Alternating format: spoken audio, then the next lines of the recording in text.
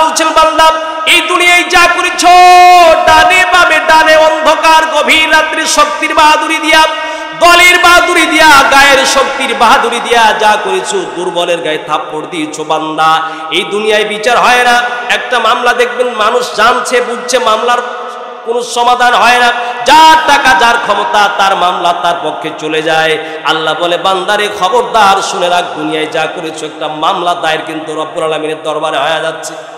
আল্লাহ বলেন কিয়ামতের ময়দানে যখন তোমাকে অপরাধী প্রমাণিত করা হবে, ওই দিন আল্লাহ তাআলা ওয়াবুদিআল কিতাবু, আল্লাহ বলেন আমলনামা তোমার কিতাবটাকে রেখে দেওয়া হবে, তোমার খাতাকে রেখে দেওয়া হবে আমলনামা। ওয়াবুদিআল কিতাবু ফাতারাল মুজরিমিন, যারা মুজরিমিন যারা অপরাধী, আল্লাহ বলেন ফাতারাল মুজরিমিন, ফাতারা মানে দেখা, ফাতারাল মুজরিমিনা মুশফিকিনা মিম্মা ফিহি, যারা অপরাধী সেই দিন তারা হয়রান হয়ে যাবে, পেরেশানি হয়ে যাবে, ভয়ে তারা আতঙ্কিত হয়ে যাবে। আল্লাহ বলেন ওয়াবুদিআল কিতাব ফাতারাল মুজরিমিনা মুশফিকিনা মিম্মা ফিহি, আর সেই দিন বান্দা বলবে ওয়ায়াকুলুনা ইয়া ওয়াইলাতানা মা লিহাদাল কিতাব।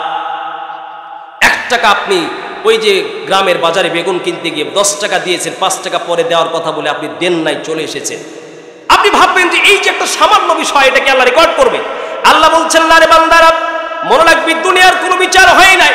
যার ক্ষমতা যার দল যার বল তার পক্ষে বিচার চলে যায়, দুনিয়ার কোনো বিচার হয় নাই।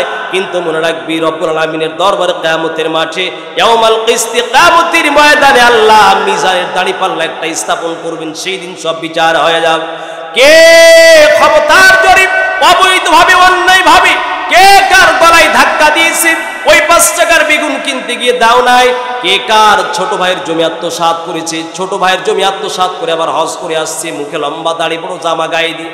আল্লাহ বলে বান্দা ওয়ায়াকুলুনা ইয়া ওয়াইলাতানা মা লিহাদাল কিতাব, ওই আত্মসাৎকারী বান্দা কিয়ামতের মাঠে চিৎকার করে বলবে রব্বুল আলামিন ইয়া ওয়াইলাতানা মা লিহাদাল কিতাব।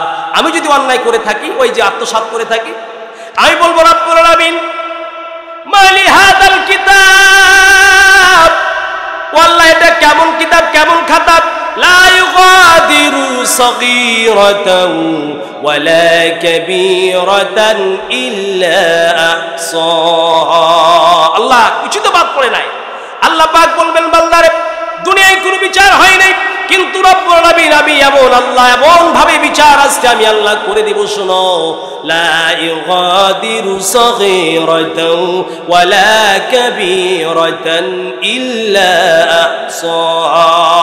ও বান্দা খবরদার মনে রাখবি, কোনো আজকে অন্যায় অবিচার কিছু করা হবে না, সব বিচার কিন্তু রেকর্ড হয়েছে, সব বিচার আজকে সব তোমার চোখের সামনে টাস করে বিচার হয়ে যাবে। আয়াতিন তাকরাউহা আও কামা ক্বালান নবী সাল্লাল্লাহু আলাইহি ওয়াসাল্লাম, রাওয়াহু আবি দাউদ। محشر گر خدا پرسید بغویم در جواب او، شهید عشق شهید خنجرش قد گواهی کفن دارم، ألا يا ساكن القصر المعلى ستدفن عن قريب في التراب، له ملك ينادي كل يوم لدول الموت وبنول الخراب، قليل عمرنا في دار دنيا ومرجعنا إلى بيت التراب، ومرجعنا إلى بيت التراب. আলহামদুলিল্লাহ, দুবইল হাফিজিয়া মাদ্রাসার উন্নতি গল্পে এক বিরাট ইসলামী জলসার প্রথম দিনের প্রথম অধিবেশনের সুযোগ্য সভাপতি সাহেব আল্লাহ রাব্বুল আলামিন, সুযোগ্য সহসভাপতি সাহেব আল্লাহ রাব্বুল আলামিন কালকে কিয়ামতের ময়দানে আজকে এই ভালো কাজের সভাপতি হওয়ার বিনিময়ে, ভালো আমলের বিনিময়ে আল্লাহ পাক যেন কিয়ামতের মাঠে তাদেরকে মাফ করে দেন। সকলে বলুন আল্লাহুম্মা আমিন। এবং কিয়ামত পর্যন্ত তাদেরকে আমরা তাদের জন্য নেক হায়াতের তামান্না রাখছি। আতাল্লাহু উমরাহু ফি হায়াতি। এছাড়া আরও আমাদের আজকের দিনের বিশেষ অতিথিবৃন্দ এবং প্রধান অতিথি আল্লাহ পাক রব্বুল আলামিন যেন আজকের এই দিনের বিনিময়ে, তাদের ভালো আমলের বিনিময়ে আল্লাহ পাক যেন তার এই বান্দাগুলিকে কিয়ামতের মাঠে মাফ করে দেন। দুনিয়া এবং আখিরাত আল্লাহ পাক সফলতার চাবিকাঠি দান করেন। সকলে বলুন আল্লাহুম্মা আমিন। মাহফিলের শুরুতে শুকর গুজার হচ্ছি রব্বুল আলামিনের দরবারে। সবাই অন্তরস্থল থেকে মাওলা পাককে খুশি করার লক্ষ্যে, কৃপণতা দূর করে অন্তরের অন্তরস্থল থেকে আল্লাহ পাকের সন্তুষ্টি হাসিল করার লক্ষ্যে সকলে আওয়াজ ছেড়ে বলছি আলহামদুলিল্লাহ। ভাইজান, মানুষজন তো আসলে কম, তারপর আলহামদুলিল্লাহ আওয়াজ কিন্তু হয় নাই। আল্লাহ রাসূল সাল্লাল্লাহু আলাইহি ওয়াসাল্লাম বলছেন আলহামদুলিল্লাহ সুবহানাল্লাহ, এই আওয়াজগুলি তামলাউ মা বাইনাস সামাওয়াতি ওয়াল আরদ। সহিহ বুখারীর মধ্যে রাসূলুল্লাহ বলছেন সুবহানাল্লাহ আলহামদুলিল্লাহ, এই আওয়াজগুলো ছোট্ট, এই বাক্যগুলো অনেক ছোট্ট, কিন্তু এত আল্লাহর কাছে এত দামি। রাসূলুল্লাহ বলছেন কেউ যদি একবার পড়ে তামলাউ মা বাইনাস সামাওয়াতি ওয়াল আরদ, তাহলে আসমান আর জমিনের ফাঁকা জায়গা বান্দার আমলনামা দিয়ে আল্লাহ ভরে দেবে। একটু আবারও জোরে আমরা সবাই বলি তো ভাইজান আলহামদুলিল্লাহ। অতঃপর অসংখ্য সালাম আমাদের নবীজির শানে সকলে বলছি সাল্লাল্লাহু আলাইহি ওয়াসাল্লাম। সম্মানিত ভাইরা আমার, আজকে আমরা এখানে আসছি, বসেছি ভালো কথা শোনার জন্য, ঠিক কিনা? একটু কথা বলতে হবে ভাইরা আমার, একটু কথা বলতে হবে। আজকে আমরা এখানে এসেছি কি ভালো কথা শোনার জন্য না? জি, আজকে আমরা সবাই একটু নিয়ত করি যে মাহফিল তো আজকাল অনেক হচ্ছে, সমাজে হচ্ছে, আমরাও শুনছি, আমরা শ্রবণ করছি, কিন্তু মাহফিল হওয়ার পরেও আমাদের পরিবর্তন খুব কম কেন? এর কয়েকটা কারণ। যে কারণগুলি হচ্ছে, আজকে আমরা শুনতে আসি, কি শুনতে আসি? যে বক্তার কণ্ঠ কেমন, বক্তা কেমন কথা বলে, এই সুর কণ্ঠর পিছনে আজকে আমরা পাগল হয়েছি। এই জন্য মূল উদ্দেশ্য আজকে আমাদের হারিয়ে যাচ্ছে। কি বললো, কি আমল বললো, কি কথাগুলি বললো, কোরআন হাদিস আছে কিনা, এইদিকে আমরা ভ্রুক্ষেপ করে না। বাস 2 ঘন্টা কথা হলে যদি শুনতে খুব ভালো লাগে, হ্যাঁ খুব ভালো বক্তা ছিল, তো আজকে আমরা নিয়ত করি কথা যেমন হোক, কোরআন থেকে হাদিস থেকে কথা হবে, আমরা সবাই শুনে আমল করবো। সকলে বলুন ইনশাআল্লাহ। আপনারা সবাই একটু দোয়া করেন আজকে এই সংক্ষিপ্ত সময়ে পবিত্র কোরআনুল কারীম এবং হাদিসের আলোকে আল্লাহ পাক যেন আমার জবান থেকে কথাগুলি বের করে দেন। সকলে বলুন আল্লাহুম্মা আমিন। প্রিয় ভাই সকল, আমরা একটু এইদিকে দেখি। আমরা এই জীবনে যা করছি, যেখানে যা করছি, সব কথাগুলি কিন্তু কি হচ্ছে ভাই? রেকর্ড হচ্ছে। পৃথিবীতে যা যেখানে করছি, এই যে দেখেন আজকে বয়ান হচ্ছে, রেকর্ড হচ্ছে। এক সময় তো মানুষ এটা বিশ্বাস করতে চাইতো না। দেখেন আপনার এই জীবদ্দশায় যা কিছু আমরা আমল করছি, যা কিছু করছি, সব কিন্তু আমাদের রেকর্ড হচ্ছে, ঠিক কি না? এবং জিন্দেগিতে যেখানে যা করছি সব কিন্তু আমাদের রেকর্ড হচ্ছে। জীবনে আমি কোথায় চলছি, কোন পথে চলছি, ডানে যাচ্ছি, বামে যাচ্ছি, সব রেকর্ড হচ্ছে। এই জন্য আমরা একটু জীবনটার দিকে ফিরে দেখি। 40 বছর, 70 বছর, 50 বছরের জিন্দেগিতে আমার আমল যদি রেকর্ড হয়, তাহলে এই আমলগুলি আমার জীবনে কি হয়েছে? রাতের অন্ধকারে কেউ যেটা দেখে না সেটা দেখেন কে? একটু জোরে বলেন তো, একটু জোরে বলতে হবে। কে দেখে ভাই বলেন তো একটু? যে মানুষ, পৃথিবীর কোনো মানুষ যেটা শুনে না সেটা কে শুনে? একটু জোরে বলেন তো। আল্লাহ। আসুন তাহলে আমরা আল্লাহ রাব্বুল আলামিনকে হাজির নাজির এবং আল্লাহকে সাক্ষী রেখে আমরা আজকে জীবনটা পরিবর্তন করি, যে আজ থেকে আমরা একটু পরিবর্তন হব প্রত্যেকে। জীবনে কোথায় 1 টাকা মানুষের অন্যায় করে আত্মসাৎ করলে সেটা দেখছেন কে? একটু জোরে বলেন তো। রাতের অন্ধকারে 1 টাকা সুদ ভক্ষণ করলে কে দেখছে? একটু জোরে বলেন তো। সব কিছু দেখছেন আল্লাহ রাব্বুল আলামিন। এই জন্য আজকে আমরা একটু আলোচনা করি যে আল্লাহ সব দেখছেন, আর সব কিছু আমাদের হিসাব হচ্ছে, লিখিত খাতায় লিপিবদ্ধ করা হচ্ছে, এগুলো সব আমাদের হিসাব হবে। এই জন্য জীবনে আপনি আরেকটা কথা ফাঁক থেকে বলে রাখি, যে আমরা আজকে কয়েক জায়গায় ভুল করেছি। সেটা হচ্ছে কি, যে ধর্মকে আমরা সব জায়গায় মানতে চাই না, ঠিক কি না? জোরে বলেন। এই কোরআনটা কি ভাই বলেন তো? আল্লাহ পাক বলছেন, আল্লাহ তাআলা আয়াত নাজিল করেছেন, আল ইয়াউমা আকমালতু লাকুম দীনাকুম। শেষ যখন বিদায় হজের ভাষণে আল্লাহ পাক নাজিল করে দিলেন যে আজ থেকে তোমাদের জন্য এই কোরআন এবং ধর্মকে আমি পরিপূর্ণ করে দিলাম। তাহলে বোঝা যাচ্ছে কি ধর্ম? একটু জোরে বলেন তো। কোরআন এবং ধর্ম এটা কি শুধু মসজিদ আর মাদ্রাসায়? একটু জোরে বলেন না ভাই, এইদিকে দেখেন। এই মসজিদ আর মাদ্রাসায় আজকে আমরা কোরআনকে সীমাবদ্ধ করে দিয়েছি। দুনিয়ার কৃষি কাজ করতে গিয়ে আল্লাহ পাক কি এই কথা বলেন নাই? আল্লাহ বলছেন আফারাআইতুম মা তাহরুসুন, এ মানুষ তোমরা যে কৃষি কাজ করছো এটা সম্পর্কে একটু ভেবে দেখেছো? এটা হচ্ছে কমপ্লিট কোড অফ লাইফ, যেটা হচ্ছে মানুষের জীবনে যেখানে যে সময় যা কিছু প্রয়োজন সব কিছুর কথা আল্লাহ পাক কোথায় বলেছে? একটু জোরে বলেন তো ভাই, একটু জোরে বলেন। আল্লাহর কোরআনে বলেছে। এই জন্য আমরা কোরআনকে শুধুমাত্র সীমাবদ্ধ করব না, মসজিদের মধ্যে সীমাবদ্ধ করবো না, এটা সারা পৃথিবীর জন্য। গ্রাম, ইউনিয়ন, মাঠ ঘাট, রাষ্ট্র, সংসদ সব জায়গার জন্য আল্লাহ পাক কোরআন দিয়েছেন, ঠিক কিনা? জোরে বলেন। সব জায়গায় কোরআন রয়েছে। আজকে আমরা সব দেখেন মসজিদে নামাজ হচ্ছে, এই মসজিদে নামাজের মধ্যে কোরআন দিয়ে আমরা নামাজ পড়ি, যার কারণে দেখেন একজন নামাজ পড়াচ্ছেন আর বাকি মানুষগুলো আমরা নামাজ পড়ছি, কত সুশৃঙ্খলভাবে নামাজ পড়ছি। দেখেছেন কি মসজিদে জামাতে নামাজ পড়তে গিয়ে কেউ দ্বন্দ্ব হয়েছে যে কোন মুসল্লি আগে দাঁড়াবে আর কোন মুসল্লি পিছনে দাঁড়াবে, ডেকে নিয়ে কি কোনোদিন দ্বন্দ্ব হয়েছে? কেন হয় নাই? এখানে কোরআন কোরআন আছে তাই। দেখবেন ইমাম সাহেবের আগে কেউ দাঁড়ার জন্য কোনো প্রতিযোগিতা করে না। কেন করে না? কোরআন এবং হাদিস বলেছে ইমাম সাহেবের সামনে ইমাম সাহেবের আগে নামাজে দাঁড়ানো যায় না। তো দেখেন কোরআন থাকার কারণে নামাজের মধ্যে দেখেন কত শৃঙ্খলভাবে নামাজ হচ্ছে। ধনী গরিব চাকর বাকর সবাই একসাথে নামাজ পড়ছে, কোনো দ্বন্দ্ব নাই। আজকে আপনার সমাজে দেখেন, বাড়িতে দেখেন, পরিবারে দেখেন, মাঠে দেখেন, ঘাটে দেখেন, দ্বন্দ্ব যে যাকে পারে ছুরি মেরে আঘাত করে তার ওপর দিয়ে ক্ষমতার বাহাদুরি দেখে নিজের স্বার্থ অর্জন করতে চাচ্ছে, করতেছে। এর একটা বড় কারণ কি জানেন?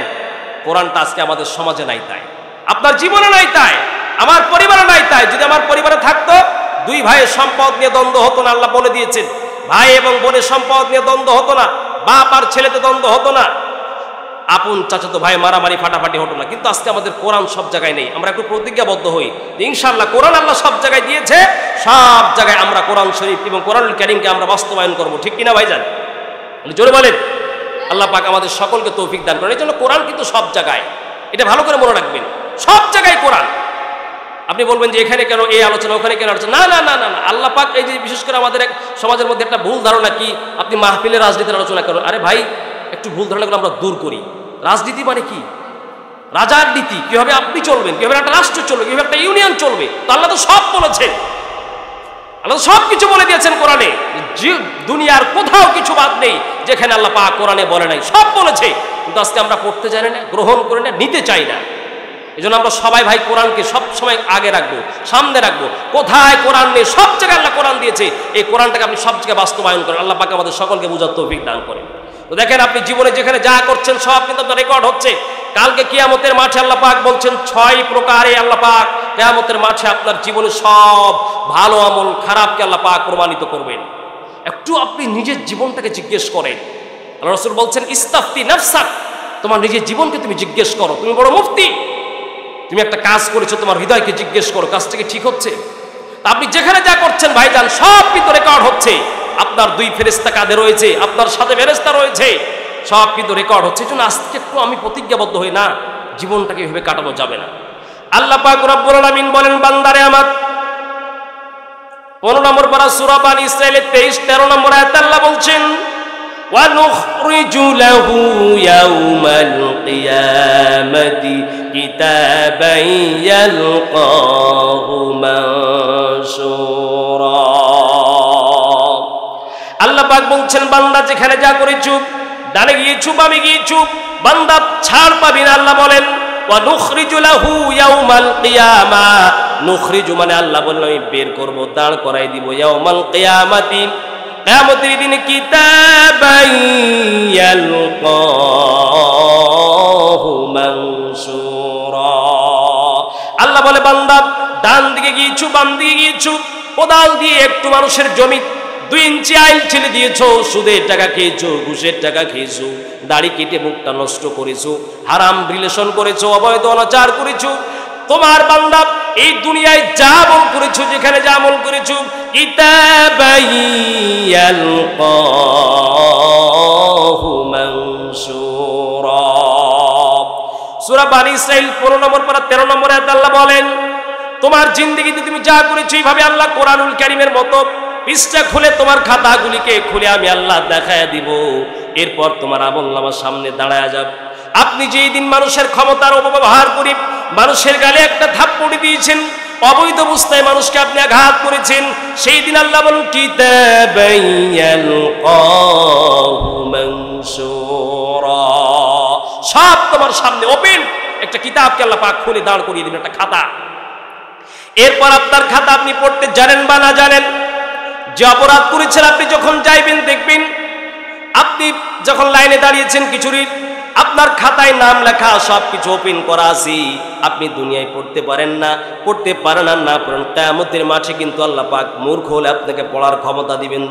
আল্লাহ পাক বলছেন দলিল কোরআনুল কারীম সূরা বনী ইসরাঈল 15 নম্বর পারা 14 নম্বর আয়াতে আল্লাহ বলেন, আল্লাহ পাক সেই দিন বান্দাকে বলবেন, বান্দা ও বান্দা, দুনিয়ায় যে আমল করেছো, যে অন্যায় করেছো, যে অবিচার করেছো, বোনকে জমি দাও নাই, ঠগায় নিয়েছো, ছোট ভাইকে প্রাপ্য অধিকার দাও নাই, বাবার সঙ্গে রং ব্যবহার করেছো, বউয়ের সাথে খারাপ ব্যবহার করেছো, তোমার সামনে আমলনামার কিতাব খুলে দেওয়া হবে।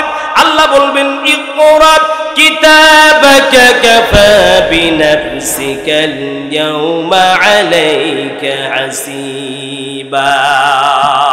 আল্লাহ পাক বলবেন বান্দা ইকরা কিতাবাকা, তুমি তোমার কিতাব পড়ো, কাফা বিনাফসিকাল ইয়াওমা আলাইকা হাসিবা, আর তোমার হিসাব আজকে তুমি নিজেই করতে তুমি আজকে সক্ষম হয়ে যাবা। মানে তোমার আমলে কি আছে, কি করেছো না করেছো, সব আজকে তুমি হিসাব মিলে নিতে পারবে। এই জন্য প্রিয় ভাইরা আমার, কিসের এই দুনিয়া? আরে রাসূলুল্লাহ বলছেন কাইয়ুসমান দারা নাফসাহু ওয়া আমিলা লিমা বাদাল মাউত, আরে জ্ঞানী ব্যক্তি সেই যে নিজের জীবনের জন্য আমল করে, ওপারের জন্য আমল করে, কবরের জন্য, আর সে নিজে নিজে হিসাব করে। প্রিয় ভাইরা আমার, এই হচ্ছে কোরআনুল কারীমের কথা। এরপর আপনি দেখেন জিন্দেগির দিকে তাকান, জিন্দেগিতে যেখানে যা করেছে একটু দিলটাকে বোঝায়।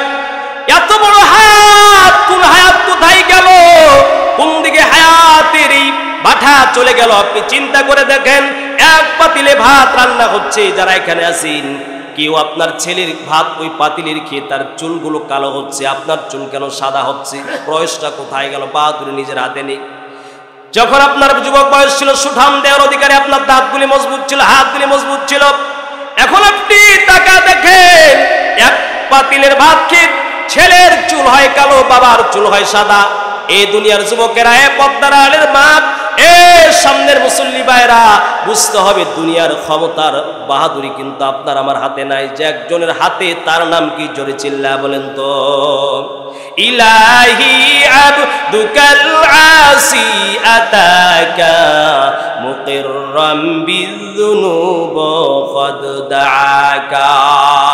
সম্মানিত ভাইরা আমার, এরপর আল্লাহ পাক বলছেন 15 নম্বর পারা সূরাতুল কাফের 49 নম্বর আয়াতে আল্লাহ বলছেন, ও বান্দা, যেখানে যা করছো, ডানে বামে পিছনে সামনে অন্ধকার জায়গায়, তুমি নিজে নিজে আঙ্গুলের টিপ দিয়ে কত আত্মসাৎ করেছো বান্দা। দেখো বান্দা, তোমার সব জীবনের আমলগুলো কিন্তু আল্লাহর দরবারে উপস্থিত হয়ে যাবে। আপনি দেখবেন যেখানে সিসি ক্যামেরা আছে, আপনি চলে গেছেন, কিন্তু আপনি ওই সিসি ক্যামেরার আওতায় যা করেছেন সব ফটো কিন্তু আপনার ধরা আছে। একটা ছোট্ট বাচ্চা মাদ্রাসায়, এক মাদ্রাসায় একজন বাচ্চা আর একজন বাচ্চা চুরি করেছে, তো ও স্বীকার যায় না যে আমি চুরি করিনি। তো মাদ্রাসা আবার সিসি ক্যামেরার ব্যবস্থা আছে, তো ওই ছেলেকে বলছে তুমি চুরি করেছো? না বা হুজুর আমি চুরি করে নেই। তো এরপর বলছে তুমি যে চুরি করো নাই, সবাই তো বলছে চুরি করেছে, তো যদি আমরা দেখাতে পারি তুমি বিশ্বাস করবে? তো জি বিশ্বাস করবো। ওই যে সিসি ক্যামেরা তো লাগানো, বাচ্চা তো খেয়াল করে নাই, বাস্তব জিনিসটা একটু বোঝার চেষ্টা করি। ওই ছেলেকে যখন বলছে বাবা সিসি ক্যামেরা নিয়ে আসো, এরপর সিসি ক্যামেরা ওপেন করে, স্ক্রিনটা ওপেন করে তাকে দেখানো হচ্ছে, এই যে দেখো তুমি যে চুরি করেছো সব দেখা যাচ্ছে। দেখো ওই বাচ্চা দেখে হাও হাও করে কেঁদে ফেলেছে। কেন? ওই যে বিশ্বাস করতে পারে না, মনে হচ্ছে কি যে এখানে মনে হয় আমাকে দেখে না। কিন্তু এই যে বাস্তবটা আপনি দেখেন, কিয়ামতের মাঠে যখন আল্লাহ এই আমলনামাগুলি দেখায় আপনাকে প্রমাণ করবে কোথায় কি করেছেন। এই জন্য এই দুনিয়ার বাহাদুরি, সুদ ছেড়ে দেন, ঘুষ ছেড়ে দেন। ভাই, প্রিয় ভাইরা আমার, রাসূলুল্লাহ বলছেন আউফিরুল লিহইয়া উফুস শাওয়ারিবা, হে যুবক, নারীর গলায় দেখো, মুখে দেখো, চেষ্টা করলেও চুল বের হয়ে দাড়ি বের করতে পারে না। একটা পুরুষের মুখে বারবার কাটলে দাড়ি কেন বের হচ্ছে বুঝতে হবে। আল্লাহ তাআলা ইউযায়্যিনুল্লাহু সুবহানাহু ওয়া তাআলা আন-নিসা বিগাইরি লিহইয়া, নারীকে আল্লাহ দাড়িবিহীন সৌন্দর্যিত করেছেন, সৌন্দর্যমণ্ডিত করেছেন। আর পুরুষ আমার আপনার মুখে কাটলে বারবার দাড়ি বের হচ্ছে কেন? তাহলে আল্লাহ রাখতে বলেছেন। আপনার করজোড়ে অনুরোধ করছি ভাই, আপনি রসুলকে বেজ্জত করিয়েন না। আপনি রসুলের হাদিসকে উপেক্ষা করে আপনি বারবার দাড়ি কেটে কি বুঝাচ্ছেন? মেহেরবানি করে দাড়িটা রাখার চেষ্টা করেন। কবরে যাবেন প্রথমে, আপনার সাথে এক বস্তা নামাজ, তো আপনি নামাজ পড়ছেন দেখা যাচ্ছে, কিন্তু দেখা যায় না। আপনার আমলের সাথে কিছু যায় না, কিন্তু মানুষের দেহের মধ্যে যে আমলটা যায় তার নাম হচ্ছে দাড়ি। এই দাড়ি শুধুমাত্র কি, এটা আরবদের প্রথা না, এটা হচ্ছে রসুলের সুন্নাহ। প্রায় 7 থেকে 8 জায়গায় আহফিরুল লিহিয়া, আরখুল লিহিয়া, এভাবে রাসূলুল্লাহ বলছেন দাড়িকে লম্বা করো। আজকে যুবক মানুষ মনে করি আমরা, এই যে ভুল ধারণা, কি মনে করি যে দাড়ি তো রাখবো নানা হলে বা বয়স হলে। দেখেন তো আমরা যে দাঁড়িয়ে রাখছি ছোটকালে, আমরা কাটা বুঝি নাকি? আমাদের ইজ্জত কি কমে গেছে? জোরে বলেন ভাই, ইজ্জত কমে গেছে না? এই জন্য মেহেরবানি করে আপনারা এলাকার মানুষ কষ্ট নিয়েন না মনে, রাসূলের হাদিসকে উপেক্ষা না করি, দাঁড়িয়ে রাখার চেষ্টা করি। আল্লাহ পাক বলছেন বান্দারে দুনিয়ায় কি আমল করছো, কত ভাবে কি করেছো খবরদার। আল্লাহ পাক বলেন সূরাতুল কাহফের 15 নম্বর পারা 49 নম্বর আয়াতে আল্লাহ বলেন ওয়া উদিআল কিতাবু ফাতারাল মুজরিমিনা মুশফিকিনা মিম্মা ফীহি ওয়া ইয়াকুলুনা ইয়া ওয়াইলাতানা মা লিহাদাল কিতাব লা ইউগাদিরু সগীরাতাও ওয়ালা কাবীরাতান ইল্লা আহসাহা। আল্লাহ বলছেন বান্দা এই দুনিয়ায় যা করেছো, ডানে বামে, ডানে অন্ধকার গভীর রাত্রি শক্তির বাহাদুরি দিয়া, দলের বাহাদুরি দিয়া, গায়ের শক্তির বাহাদুরি দিয়া যা করেছো, দুর্বলের গায়ে থাপ্পড় দিয়েছো বান্দা। এই দুনিয়ায় বিচার হয় না। একটা মামলা দেখবেন মানুষ জানছে বুঝছে, মামলার কোনো সমাধান হয় না। যার টাকা যার ক্ষমতা তার মামলা তার পক্ষে চলে যায়। আল্লাহ বলে বান্দারে খবরদার শুনে রাখ, দুনিয়ায় যা করেছো একটা মামলা দায়ের কিন্তু রব্বুল আলামিনের দরবারে হয়ে যাচ্ছে। আল্লাহ বলেন কিয়ামতের ময়দানে যখন তোমাকে অপরাধী প্রমাণিত করা হবে, ওই দিন আল্লাহ তাআলা কবুদিআল কিতাবু, আল্লাহ বলেন আমলনামা, তোমার কিতাবটাকে রেখে দেওয়া হবে, তোমার খাতাকে রেখে দেওয়া হবে আমলনামা। ওয়াবুদিআল কিতাবু ফাতারাল মুজরিমিন, যারা মুজরিমিন, যারা অপরাধী, আল্লাহ বলেন ফাতারাল মুজরিমিন, ফাতারা মানে দেখা, ফাতারাল মুজরিমিনা মুশফিকিনা মিম্মা ফীহি, যারা অপরাধী সেই দিন তারা হয়রান হয়ে যাবে, পেরেশানি হয়ে যাবে, ভয়ে তারা আতঙ্কিত হয়ে যাবে। আল্লাহ বলেন ওয়াবুদিআল কিতাব ফাতারাল মুজরিমিনা মুশফিকিনা মিম্মা ফীহি, আর সেই দিন বান্দা বলবে ওয়ায়াকুলুনা ইয়া ওয়াইলাতানা মা লিহাদাল কিতাব। 1 টাকা আপনি ওই যে গ্রামের বাজারে বেগুন কিনতে গিয়ে 10 টাকা দিয়েছেন, 5 টাকা পরে দেওয়ার কথা বলে আপনি দেন নাই, চলে এসেছেন। আপনি ভাববেন যে এই যে একটা সামান্য বিষয়, এটাকে আল্লাহ রেকর্ড করবে। আল্লাহ বলছেন না রে বান্দারা, মনে রাখবি দুনিয়ার কোনো বিচার হয় নাই। যার ক্ষমতা, যার দল, যার বল, তার তো পক্ষে বিচার চলে যায়, দুনিয়ার কোনো বিচার হয় নাই। কিন্তু মনে রাখবি রব্বুল আলামিনের দরবারে কিয়ামতের মাঠে, ইয়াউমাল কিসতি, কিয়ামতের ময়দানে আল্লাহ মিজানের দাঁড়িপাল্লা একটা স্থাপন করবেন, সেই দিন সব বিচার হয়ে যাবে। কে ক্ষমতার জরিপ অবৈধভাবে, অন্যায়ভাবে কে কার গলায় ধাক্কা দিয়েছে, ওই 5 টাকার বেগুন কিনতে গিয়ে দাও নাই, কে কার ছোট ভাইয়ের জমি আত্মসাৎ করেছে, ছোট ভাইয়ের জমি আত্মসাৎ করে আবার হজ করে আসছে, মুখে লম্বা দাড়ি, বড় জামা গায়ে দিয়ে। আল্লাহ বলে বান্দা ওয়ায়াকুলুনা ইয়া ওয়াইলাতানা মা লিহাদাল কিতাব, ওই আত্মসাৎকারী বান্দা কিয়ামতের মাঠে চিৎকার করে বলবে রব্বুল আলামিন ইয়া ওয়াইলাতানা মা লিহাদাল কিতাব। আমি যদি অন্যায় করে থাকি, ওই যে আত্মসাৎ করে থাকি, আমি বলবো রব্বুল আলামিন মা লিহাদাল কিতাব, ওয়াল্লাহ এটা কেমন কিতাব, কেমন খাতা, লা ইউগাদিরু সগীরাতাও ওয়ালা কাবীরাতান ইল্লা আহসাহা। আল্লাহ কিছু তো বাদ পড়ে নাই।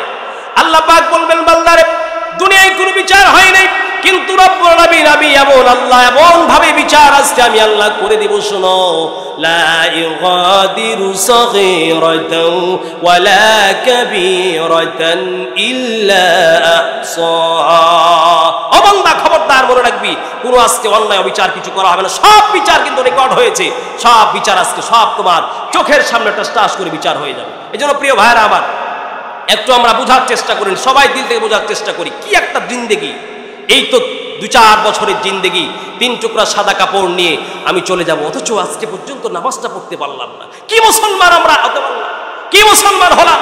এত সুন্দর একটা হায়াত আল্লাহ দিয়েছেন, এত সুন্দর করে আল্লাহ পাক নাক চক্ষু সব দিয়েছেন, প্রতিদিন আল্লাহ অক্সিজেনের জন্য বৃক্ষ সৃষ্টি করেছেন, আমার খাবারে আমিষের চাহিদা পূরণ করার জন্য পুকুর ভরা আল্লাহ মাছ দিয়েছেন, এই নদীতে বর্ষাকালে দেখেন এখন যখন ফেটে চৈচির হয়ে যায়, কোথা থেকে মাছ আসলো? কে দিয়েছে এগুলো? আল্লাহ পাক বলে বান্দারা সব কিছু আমি তোমার জন্য দিয়েছি। রাত্রিবেলা ঘুম দেখো আমি কি জন্য দিয়েছি। ওয়াজআলনাল লাইলা লিবাসা ওয়াজআলনান নাহারা মাআশা। বান্দারা দেখো এই 24 ঘন্টা অল টাইম যদি আমি অন্ধকার বানায় রাখতাম তুই বাঁচতে পারতিস না। বান্দা আজকে দেখো তোমার কত বাহাদুরি। ধানের ভুঁয়ে গিয়ে দেখো কত চমৎকার করে আমি আল্লাহ সুজলা সুফলা জমিনের মধ্যে আমি ধান দিয়েছি। যদি রব্বুল আলামিন আমি গভীর এই সারাটা দিন 24 ঘন্টা যদি আমি রাত বানায় রাখতাম, সূর্যের আলো যদি না দিতাম, আজকের বিজ্ঞান বলে এত সুন্দর ধান, সবুজ ধান পেকে আপনার স্বর্ণের মতো গোল্ডেন কালার হয়ে যায়। আজকের বিজ্ঞান বলেছে যদি সূর্যের আলো না উঠতো কোনোদিন একটা ধানের মধ্যে সোনালী রং মানুষ খুঁজে পেত না। কে দিয়েছে এগুলো? এত চমৎকার করে আল্লাহ এই বিশাল পৃথিবীকে আল্লাহ পাক সাজিয়েছেন কি জন্য? অথচ আজকে মুসলমান হয়ে নামাজটা পড়তে পারলাম না। প্রিয় ভাই আমার, একটু চিন্তা করেন। আপনার বাড়িতে আপনি গিয়ে দেখেন সকালবেলা গরুটাও ঘুমায়, সকালবেলা মুরগিটাও ঘুমায়, সকালবেলা ছাগলটাও ঘুমায়, কিন্তু আল্লাহর পয়গম্বর বলে বান্দা তুমি ঘুমায় থাকো, মানুষ হয়ে এত বড় সম্মানী হয়ে তুমি ঘুমায় থাকো রে বান্দা। কিন্তু সকালবেলা দেখো ফজরের আজান যখন হয়, আমার আপনার বাড়িতে একটা পশু আছে না, নাম কি বলেন তো? কি মোরগ আছে না? আপনি চিন্তা করে দেখবেন, বাস্তবে হাদিসগুলি পড়লে এবং স্টাডি গবেষণা করলে হয়রান হয়ে যেতে হয়। আল্লাহ পাক বলে বান্দা এত করে আমি তোমার মেধা দিয়েছি, মস্তিষ্ক দিয়েছি বান্দা, চোখ দেখার জন্য দিয়েছি। দেখো রে বান্দা, প্রত্যেকবার চোখের পলক নিয়ে তুমি চোখটা নাড়াচ্ছ। এই জন্য আমি আল্লাহ আজকে মেডিকেল সায়েন্স বলেছে মানুষের চোখের মধ্যে একটা পানি আছে, এই পানি যদি নষ্ট হয়ে যায় মানুষের চোখ আর আপনি দেখতে পাবেন না।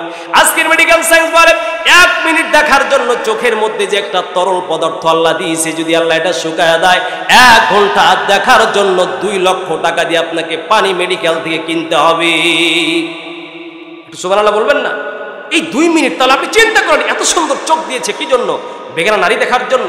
এত সুন্দর হাত দিয়েছে, বডি দিয়েছে, চেহারা দিয়েছে, কে দিয়েছে?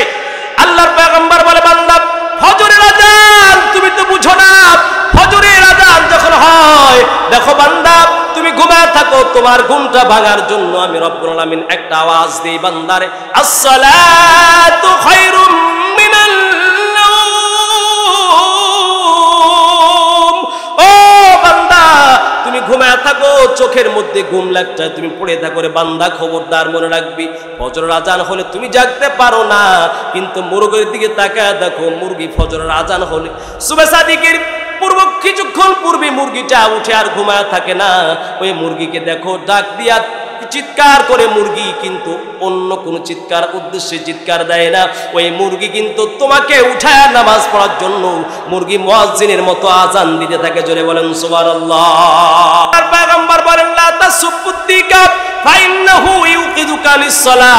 ও নাফরমান মুসলমান ভাইরা, আল্লাহ বলছেন বান্দা ফজরের সময় তুমি উঠতে পারলা না, কিন্তু ওই মুরগির দিকে তাকায় দেখো, আমি মুরগিকে আদেশ করলাম বান্দারে আজান হওয়ার পর বান্দা উঠে না, বাড়ির মধ্যে তুই ডাক দে, ওই বান্দাকে নামাজের জন্য জাগ্রত করে দাও।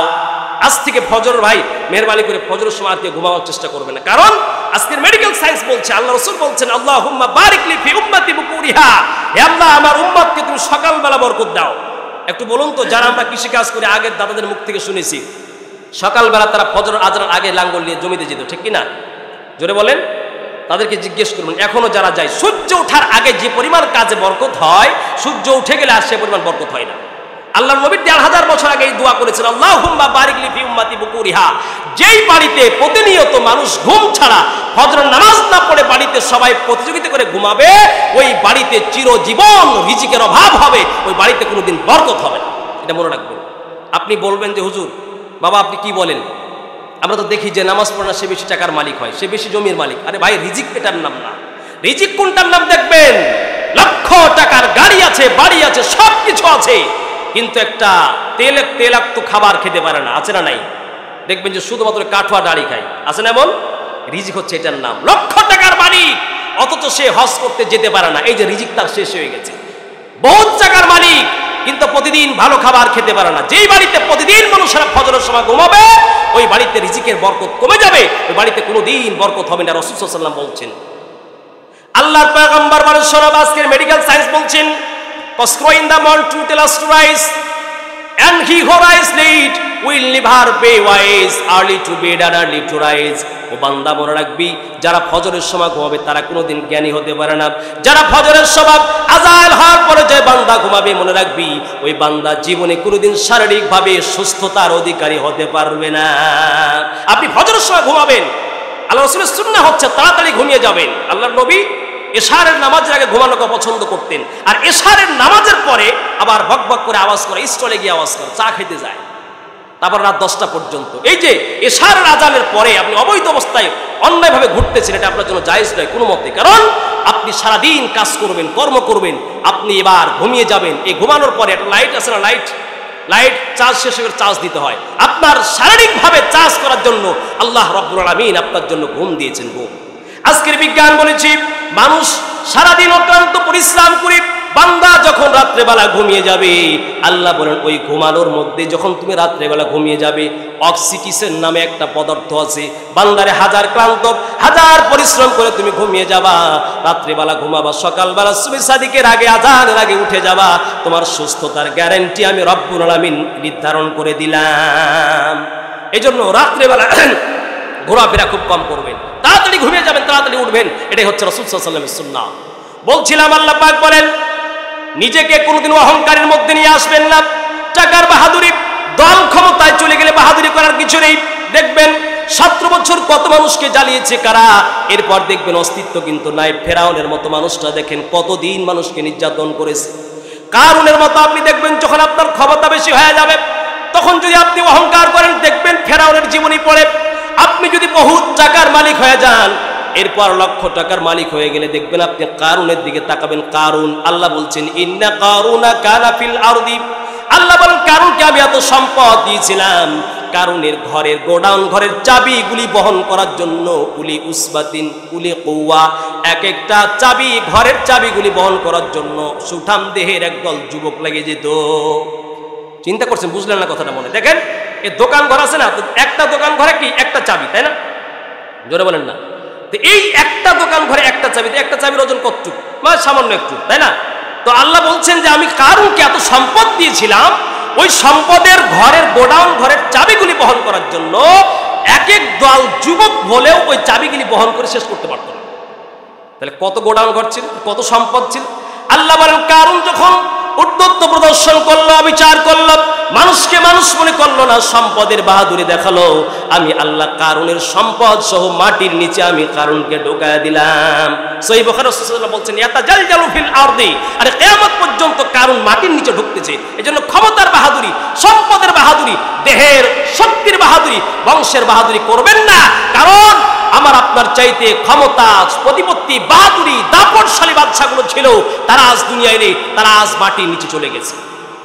আল্লাহ পাক বলছেন, বান্দার কিয়ামতের মাঠে দেখো অপরাধ যেভাবে যেখানে করছে, আল্লাহ বলছেন, ওয়া আম্মা মান উতিয়া কিতাবাহু বিশিমালি, 29 নম্বর পারা সূরাতুল হাক্কার 25 নম্বর আয়াত আল্লাহ বলেন, কিয়ামতের মাঠে যা যেখানে করছো, তোমার বাম হাতে যদি আমলনামা দেওয়া হয়, বান্দা মনে রাখবি, আল্লাহ বলেন, ফায়াকুলু ইয়া লাইতানি লাম উতা কিতাবিয়া, ওই যে আমি দাপট দেখিয়েছি, বাহাদুরি দেখিয়েছি, আল্লাহ পাক বলবে, বান্দা শোনো শোনো, তোমার বাম হাতে আমলনামা আজকে দেওয়া হলো, ওই বান্দাগুলি যার বাম হাতে আমলনামা চলে যাবে, ওই দিন আফসোস করে বলবে, ইয়া লাইতানি লাম উতা কিতাবিয়া, আল্লাহ আফসোস যদি আজকে আমার আমলনামা দেওয়াই না হতো, আমার হিসাব না হতো।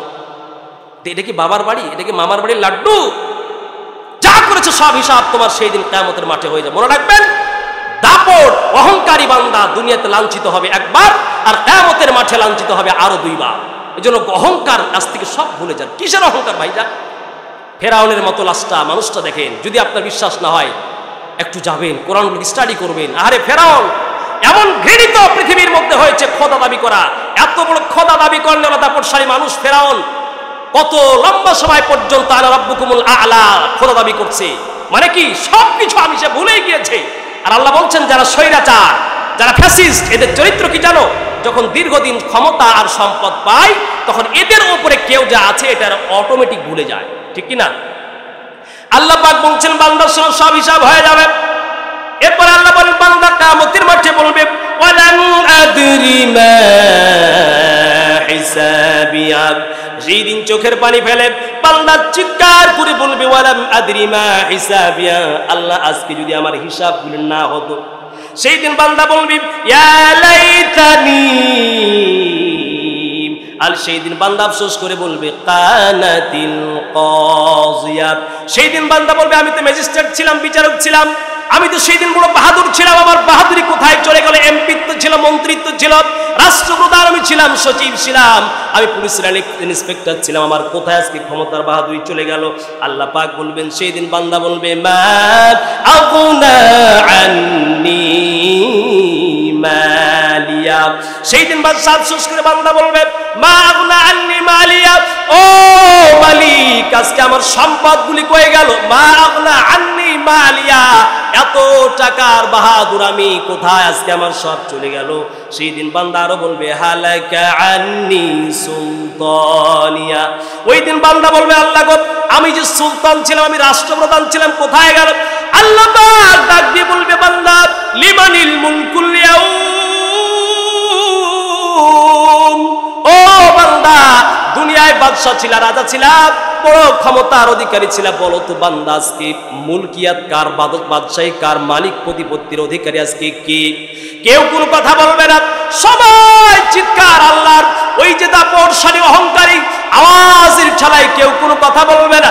বান্দা সেই দিন কেউ কোনো কথা না বলে চিৎকার শুনে সবাই নিশ্চুপ হয়ে থাকবে। আল্লাহ বলবে বান্দা শোনো লিল্লাহিল ওয়াহিদিল কাহ্হার, আজকে কারো কোনো ক্ষমতা নেই, সব ক্ষমতার অধিকারী হচ্ছে আমি আল্লাহ রাব্বুল আলামিন। এই জন্য প্রিয় ভাইয়েরা আমার একটু নিজের দৃষ্টিশক্তিটা খোলার চেষ্টা করি, কোথায় কি ক্ষমতার অধিকারী কত মানুষ ছিল চলে গেল। এই জন্য বিশ্বাস করুন, আপনি কবরস্থানের দিকে তাকায় দেখেন, কেউ যদি খুব অহংকারী হয়ে যায়, আল্লাহ বলছেন দেখো না ওই ফেরাউনের দিকে দেখো না, এত শক্তির অধিকারী ফেরাউন কোনোদিন জ্বরের ট্যাবলেট পর্যন্ত খায় নাই, পাতলা পায়খানা হয় নাই। বান্দারে দেখো এত বড় শক্তির অধিকারী মানুষটা কি আমি মহাসমুদ্রে চুবায়া চুবায়া কিন্তু তাকে আমি শেষ করে দিলাম। প্রিয় ভাইয়েরা এই জন্য দুনিয়ায় অহংকার করার কিছুই নেই। মনে রাখবেন আল্লাহ পাকের এই যে রশি, আপনার হায়াতের যে রশি, আপনার এই জীবনের যে এই একটা সেকেন্ডের সময়, এটা সব নিয়ন্ত্রণ করছেন কি? একটু জোরে বলুন তো, জোরে বলুন। সেই দিন বান্দা বলবে রব্বুল আলামিন হালাকা আন্নি সুলতানিয়া। সেই দিন বান্দা বলবে আল্লাহ আমি তো বাদশা ছিলাম, আমি টাকার অধিকারী ছিলাম, বড় গাড়ি বাড়িওয়ালা ছিলাম। আল্লাহ পাক বান্দা সেই দিন ডাক দিয়ে বলবে বান্দারে অহংকার করেছো, আমার রাস্তায় চলো না। আল্লাহ বলবেন খুযুহু ফাগুল্লুহু সুম্মাল জাহিম সাল্লু। আল্লাহ পাক বলবেন খুযুহু, তাকে ধরো, ফাগুল্লুহু, তার পাটা রশি দিয়ে বেঁধে দাও, এরপর খুযুহু ফাগুল্লুহু সুম্মাল জাহিম সাল্লু। এরপর আল্লাহ পাক বলবে বান্দা, এই বান্দাকে ফেরেশতারা এই বান্দাকে হাত পা বেঁধে শিকল পরায়া জাহান্নামের মধ্যে নিক্ষেপ করে দাও। বান্দাকে এই অপরাধের কারণগুলি আল্লাহ পাক উল্লেখ করছেন সূরাতুল হাক্কা 29 নম্বর পারা 32 নম্বর আয়াতে আল্লাহ পাক উল্লেখ করছেন। আল্লাহ বলেন এই জাহান্নামে যাওয়ার কারণ কি? আল্লাহ বলছেন ইন্নাহু কানা লা ইউমিনু বিল্লাহিল আযীম। এরা এক নম্বর অপরাধী হচ্ছে এরা আল্লাহর প্রতি ঈমান আনে নাই। আপনি বলবেন যে আমি তো আল্লাহর প্রতি ঈমান এনেছি। আরে যে মানুষটা আল্লাহর প্রতি ঈমান এনেছে বলছে, দাবি করছে, একটা আরবিতে কথা আছে ইজা সাবাতা শাই সাবাতা বিলাওয়াজিমিহি। যখন আপনি বললেন যে আমি আল্লাহকে রব বলে মেনে নিয়েছি, আল্লাহকে আল্লাহ বলে মেনে নিয়েছি, তখন আপনার জন্য আর দাড়ি কাটার কোনো সুযোগ নেই, আপনার জন্য নামাজ না পড়ে থাকার কোনো সুযোগ নেই, যাকাত না দিয়ে থাকার কোনো সুযোগ নেই, কোরআনুল কারীমের কথা হবে, কোরআন প্রতিষ্ঠা ছাড়া আপনার কোনো সুযোগ নেই, আল্লাহ রাসূলের পদ্ধতি অনুযায়ী চলার আপনার কোনো সুযোগ নেই। যখন আপনি বললেন আল্লাহর প্রতি ঈমান এনেছি, আপনার নিজের জীবন, আপনার নিজের মতাদর্শ অনুযায়ী আর আমল করার সুযোগ নেই, সব জায়গায় আপনাকে আল্লাহকে মানতে হবে, ঠিক কিনা? এই জন্য যারা ঈমান এনেছেন কথা বলছেন, দাবি করেছেন, তারা কাল থেকে ফজরের নামাজের আর ঘুমায় থাকার কোনো সুযোগ নেই ইনশাআল্লাহ। আর থাকবো না আমরা, সবাই বলেন ইনশাআল্লাহ। আল্লাহ পাক আমাদের সকলকে কবুল করেন। প্রিয় ভাইয়েরা আমার 2 নম্বর আল্লাহ বলছেন বান্দার সঙ্গে কি আমল করেছো। 1 নম্বর হচ্ছে তোমরা ঈমান আনো নাই, 2 নম্বর হলো ওয়ালা ইয়াহুদ্দু আলা তুআমিল মিসকিন। 2 নম্বর অপরাধ হচ্ছে এরা নিজেরা পরস্পরে এতিম মিসকিন অসহায়কে খাবার দেয় নাই, আর মানুষকে খাবার দিতে এরা উদ্বুদ্ধ করে নাই। আল্লাহ পাক বলবেন বান্দা শোনো, ফালাইসা লাহুল ইয়াউমা হাহুনা হামীম, আজকে তোমার জন্য ফালাইসা লাহুল ইয়াউমা হাহুনা হামীম, তোমার জন্য আজকে ফুটন্ত গরম পানি ছাড়া আর কোনো খাবার নেই। ওয়ালা তুআমুন ইল্লা মিন গিসলিন লা ইয়াকুলুহু ইল্লাল খাতিউন। আর আল্লাহ বলছেন গিসলিন নামক জাহান্নামের কাঁটাযুক্ত বৃক্ষ থেকে তোমাকে আমি আল্লাহ পাক আজকে ভক্ষণ করো। প্রিয় ভাই, এই জন্য আমলনামা সব আপনার আল্লাহর দরবারে রেকর্ড হয়ে যাচ্ছে। এই জন্য জীবনটার মোড়টা আজকে আমরা সবাই একটু পরিবর্তন করি। ভাইজান সবাই একটু হাত তুলে দেখায়, ইনশাআল্লাহ আজ থেকে আমরা আর নামাজ ছাড়বো না। জোরে বলেন তো ভাইজান। আল্লাহ পাক তুমি কবুল করে নাও। আল্লাহ তোমার এই বান্দাদেরকে পাঁচ ওয়াক্ত নামাজি বানায় দাও। আমার ভাইরা, এরপরে আপনি আসুন, আপনাকে একটু নিয়ে যাই কোরআনুল কারীমের এই মাদ্রাসা, বিশাল আমাদের এই প্রাচীনতম একটি মাদ্রাসা এই এলাকার মধ্যে। দেখেন আসলে আজকে আমরা কয়েক জায়গায় ভুল করছি, বলেছিলাম যে কোরআনুল কারীমের এই যে মাদ্রাসাগুলিকে আমরা মনে করেছি যে সাধারণ একটা প্রতিষ্ঠান বা ভিক্ষার কারখানা মনে করি।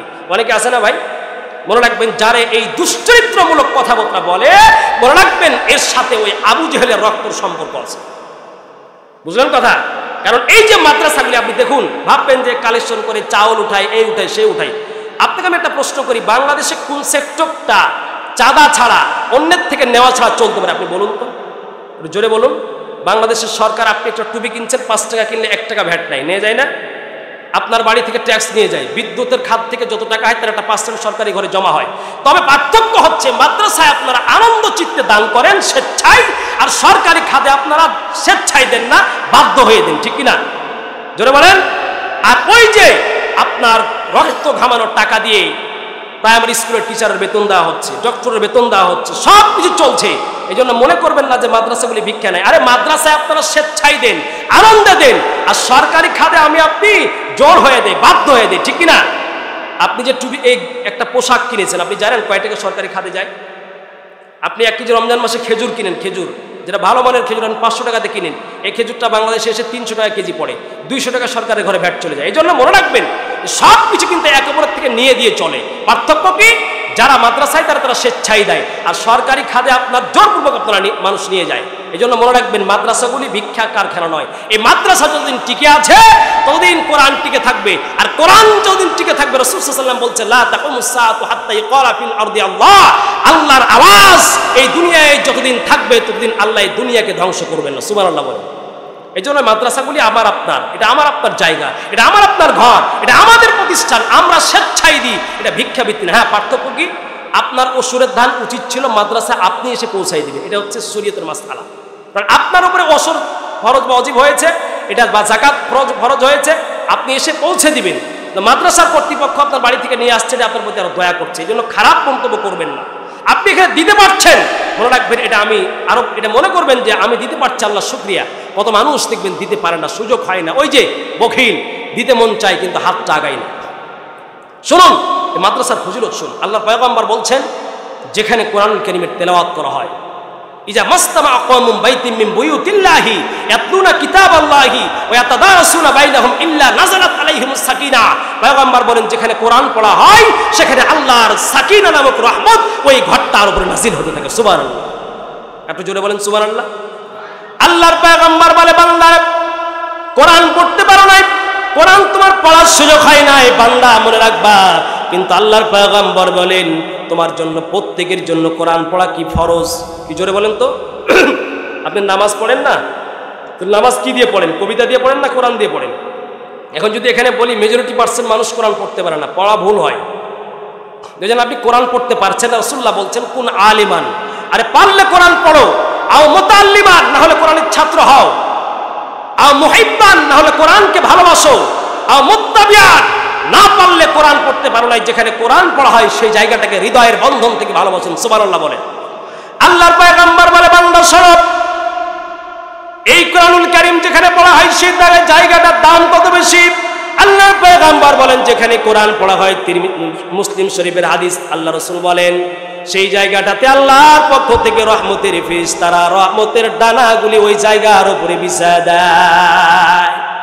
এটা মনে রাখবেন, এটা হচ্ছে কোরআনুল কারীমের প্রতিষ্ঠান এবং মাদ্রাসার অনেক দাম। আল্লাহর পয়গম্বর বলেন, বান্দারে শোনো, সুনানে আবি দাউদ 1464 নম্বর হাদিসে আল্লাহর পয়গম্বর বলেন, কিয়ামতের ময়দানে যে বান্দা এখানে কোরআন পড়েছে, ওই ছোট্ট বাচ্চা, আপনি ভাববেন এই বাচ্চা কি জানে কি পড়ে, কিন্তু আল্লাহর পয়গম্বর বলেন, রাসূলুল্লাহ বলেন, ক্বালু লিসাহিবিল কুরআন ইকরা ওয়ারতাকি ওয়ারাতিল কামা কুনতা তুরাতিলু ফিদ দুনিয়া। আল্লাহ পাক কিয়ামতের ময়দানে আপনার সন্তানটা, আমার সন্তান যে হাফেজ হয়েছে মাদ্রাসায় পড়ে, আল্লাহ পাক ডাক দিয়ে বলবেন, কোরআনের হাফেজ এই দিকে আয়। আমি আপনি আল্লাহ বলেন, ইয়াউমা ইয়াফিরুল মারউ মিন আখিহি, কিয়ামতের মাঠে বান্দা আপন ভাই, আপন বাবা, আপন সন্তানকে দেখে যেখানে পালিয়ে যাবে। আল্লাহর পয়গম্বর বলেন, কিয়ামতের ময়দানে কোরআনুল কারীমের হাফেজকে আল্লাহ বলবেন, বান্দারে এইদিকে আয়, এইদিকে আয়, এইদিকে আয়। এরপর কোরআনুল কারীমের একটা করে আয়াত পড়, ইকরা ওয়ারতাকি ওয়ারাতিল কামা কুনতা তুরাতিলু ফিদ দুনিয়া। একটা করে আয়াত পড়ো বান্দা। কোরআনুল কারীমের মধ্যে যতগুলি আয়াত আছে, আল্লাহ বলবে, বান্দারে আজকে আয়াতগুলি পড়ো, যত দূর পর্যন্ত তুমি পড়তে পারবা জান্নাতের তত উপরে তোমার আজকে আমি স্থান বানায় দেব। এই জন্য প্রতিজ্ঞাবদ্ধ হন। আরে আপনার ছেলেকে ইন্সপেক্টর বানাচ্ছেন, ডক্টর বানালেন, কিন্তু আপনার জন্য দুর্ভাগ্য কোরআনটা সন্তানকে শিক্ষা দিতে পারলেন না। অথচ রাসূলুল্লাহ বলছেন, ওয়াহিদুল্লাহ, তোমার সন্তান প্রথমে কথা বলা শিখলে তাকে আল্লাহর পরিচয় দাও। আপনার দুর্ভাগ্য, আপনার সন্তানকে সবকিছু করলেন কিন্তু কোরআন পড়াতে জানলেন না। এর চাইতে দুর্ভাগ্য আর কি হতে পারে? এরপর যখন মারা যাবে, হুজুর একটু ইমাম সাহেব আসেন, দেন জানাজার নামাজ পড়াই দেন। আরে দুনিয়ার কথা আমরা ধার করি না, দুনিয়ার কথা আমরা পরের মুখাপেক্ষী হতে চাই না, কিন্তু জানাজার নামাজ পড়ার জন্য একটা সন্তানকে শিক্ষা দিতে পারলাম না। আল্লাহর পয়গম্বর বলেন, শোনো বান্দা, এই কোরআনুল কারীমের পড়ার কত দাম, যেই জায়গায় পড়ানো হয় সেই জায়গাটার কত দাম। আপনাকে আমি আস্তে আস্তে নিয়ে যাচ্ছি। আল্লাহর পয়গম্বর বলেন, সুনানে তিরমিজি 2915 নম্বর হাদিস, আল্লাহর পয়গম্বর বলেন, কিয়ামতের মাঠে ইয়াজিউল কুরআনু ইয়াউমাল কিয়ামাতি ফায়াকুলু ইয়া রাব্বি হাল্লিহি ফায়ুলবাসু তাজাল কারামাতি। আল্লাহ পাক বলেন, কিয়ামতের ময়দানে যখন দাঁড়ায়া যাবে মানুষেরা, এই কোরআনটা কিয়ামতের ময়দানে আসবে, ফায়াকুলু ইয়া রাব্বি হাল্লিহি, এরপর আল্লাহকে বলবে, ও রব্বুল আলামিন, এই বান্দা আমি আপনি ফজর পর্যন্ত ঘুমায় থাকে, কিন্তু জানেন যেখানে মাদ্রাসায় পড়ানো হয়, হেফজখানায় যারা হাফেজ হয়, ওই যে রাত 3টা বাজে আজান হওয়ার আগে হাফেজ সাহেব হুজুরের সন্তানগুলিকে উঠায় দেয়। ওই সময় তাহাজ্জুদের সময় রাসূলুল্লাহ বলেন, ইজা মাজা শাতরুল লাইলি আও সুলুসাহু, গভীর রাত যখন গভীর হয়, ওই গভীর রাতে বান্দারা যখন ঘুমায় থাকে, আল্লাহর নবী বলেন, ওই অবস্থায় কোন সন্তান যদি একটু 2 রাকাত নামাজ পড়ে আল্লাহর কাছে হাত তুলে কাঁদে, আল্লাহ বলে, বান্দা যা চাই ওই অবস্থা আমি আল্লাহ, বান্দাকে আমি আল্লাহ তাই দিতে আমি প্রস্তুত হয়ে যাই। আমি আপনি ফজরের 1 ঘন্টা আগে উঠি না, কিন্তু এই যে হেফজখানায় যে বাচ্চাগুলি পড়ে, আপনি এসে দেখবেন এই বাচ্চাগুলি রাত্রে 2টা 3টার সময় উঠে। আল্লাহর পয়গম্বর বলেন, ওই অবস্থায় ছোট্ট বাচ্চাগুলি কোরআনুল কারীম খোলার আগে 2 রাকাত নামাজ পড়ে এলাকাবাসীর জন্য দোয়া করে। দোয়া করে কেঁদে কেঁদে বলে, আল্লাহ এলাকাবাসীকে ইবাদত করো, এলাকাবাসীর দানের টাকায় মাদ্রাসা চলে, আল্লাহ তুমি রক্ষা করো। ওই যে ওই অবস্থায় কাঁদে, ওই দোয়াগুলি প্রতিদিন আমার আপনার জন্য কবুল হয়ে যায়। একটা জরিপ বলি, ওই যে করোনা ফরোনা আসছিল এক সময়, দিয়ে মানুষকে ধোকা দিয়ে বোকা বানিয়েছিল, আমাদেরকে মসজিদ থেকে দূরে সরিয়েছিল। যদি আজকে অনেক মেডিকেল সায়েন্স বলছে ওটা একটা ভুয়া ছিল, দেখ যা ছিল সেটা পরের কথা। কথা হচ্ছে, দেখুন এই পৃথিবীতে মধ্যে বাংলাদেশের জনসংখ্যার হার অনেক বেশি, কাছাকাছি মানুষ বসবাস করে, তারপরও দেখুন জনসংখ্যার এই আনুপাতিক হারে ঘনবস্তি হওয়া সত্ত্বেও বাংলাদেশে আপনার করোনাতে খুব কম মানুষ মরেছে, যা অন্য রাষ্ট্রে বেশি মরেছে। এর কারণ কি? আজকের আবহাওয়াবিদ এবং বিশেষজ্ঞগণ বলেছেন যে যেই অঞ্চলে যেখানে কোরআন পড়া হয়, কোরআনের বান্দার মুখ থেকে কোরআনের আওয়াজ যখন বের হয়, ওই আওয়াজ যে জায়গায় পৌঁছে ওই জায়গায় বালা মুসিবত রোগ জীবাণু কিছু থাকে না।